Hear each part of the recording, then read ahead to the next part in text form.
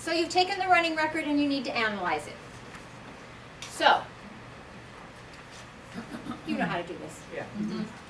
Okay, next slide. We are finding in the reading community that especially for children who are struggling, it's better to keep their instructional rate up here because they have more that they are reading accurately to aid with comprehension. This is okay, but it's more challenging as instructional text. Just information for you. Most people don't calculate the error rate. I will confess, I don't calculate the error rate, but I understand its importance and I want you to understand it too. The error rate is just the ratio of what the percentage is of the accuracy rate. It's just different ways of saying the same thing. But sometimes we think, well, 88%, that's a big number, 88. It's really close to 100. What difference could that make? Let's do the next slide. So, if you look at the error rate, sorry, the side that says accuracy error rates, a child who's reading at 99% accuracy is making one error for every 100 words. A child who's reading at 96% accuracy is making one error every 25 words. Look at a child who's reading at 90% accuracy. They're making one error for every 10 words. Now let's drop down to 88% accuracy. One error for every 8 words. Kim, your face is exactly what mine did when I looked at that. So yes, 88%, that's a big number, really close to 100.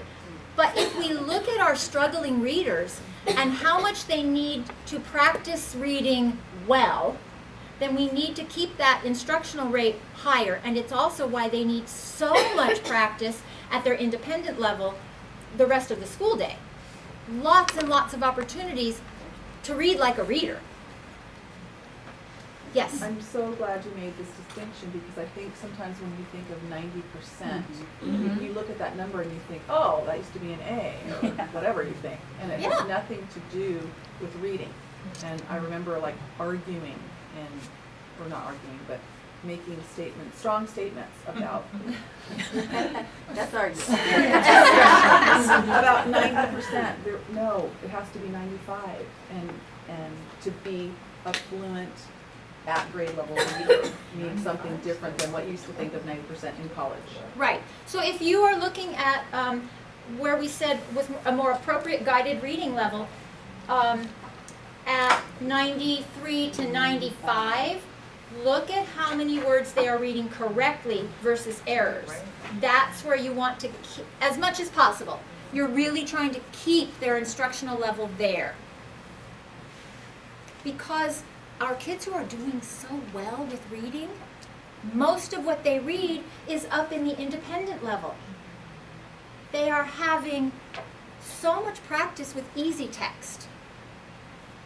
And we want to try to replicate that for our struggling readers so that our guided reading is a little bit easier for them, and then they have lots of opportunities for independent reading at an independent level. Okay? Back to this, the self-correction rate, again, you just add the errors to the self-corrections, divide it by the self-corrections, and it gives you another ratio. And I think the next slide, yes. You really would like to keep it at least here. Patty? Does it mean that, let's say for excellent, that reader, for every time they made an error, they corrected it, or for every 2 errors, they corrected it once? Exactly. Okay. So we would like kids correcting every 3 or 4 errors they make. And if you have children, and I'm sure you do because we all do, whose self-correction rate is 1 to 10, Either they're not noticing their errors or they don't have strategies to fix it. And that's not okay. Alrighty.